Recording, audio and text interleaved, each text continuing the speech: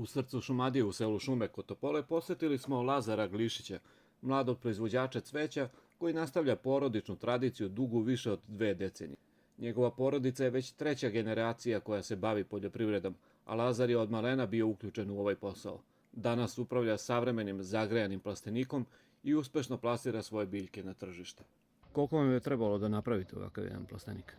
To je radila jedna firma iz Jagodine, potrebno je bilo nekih 5 dana. A koliko je koštalo otprilike? Oko 15.000 eura. I kad računaš da će da ti se isplati ovo? Pa nadamo se u narednoj godini već. Koliko ima biljaka sada? Koliko možeš da nastaviš? Pa u zavisnosti od veličine saksije, ovdje trenutno sada ima nekih 15.000 biljaka jer su veće saksije. Tu može se pakuju do 70.000 biljaka ako su male saksije u pitanju. Sadnice su iz uvoza sve, a semena također, to imamo dobavljače s kojima sarađujemo već godinama i tako da to ne menjamo. Nešto sami proizvodimo.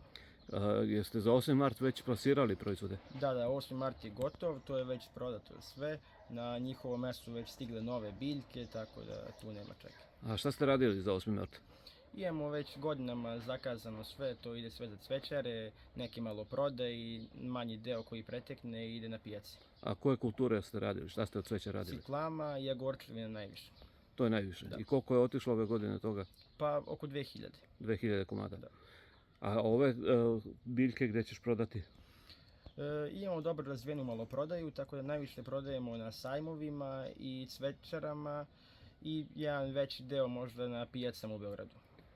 Čuo sam malo pre da si pričao da ćeš i u Valjevo da ideš na izložbu cveća. Da, posjetit ćemo sajam u Valjevu ove godine prvi put i radujemo se tome. Jel znaš možda kad je? 10. 11. i 12. april. Znači, tad se vidimo u Valjevu i ove biljke će tad biti u punom cvetu, uveliko. Tako i pozivamo sve ljude da dođu i posete sajam u Valjevu.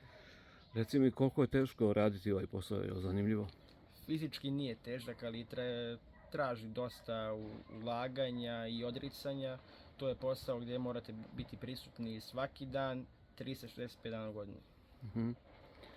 Grejanje, nismo samo rekli, na koji sistem je li na struju, šta je? Ne, parno grejanje ide na ugalj. Na ugalj, gdje je kotao? Kotao je gore iznad u kotlarnici. Aha, znači odvojeno van ove... Da, svi plastenici su povezani na jedan kotao. Aha, koliko imaš inače plastenika? Sa cvećem 4. Ukupno negdje koliko je to kvadrata? Pa možda nekih 1000 kvadrata. I sve to, ko sve radi, koliko vas ima?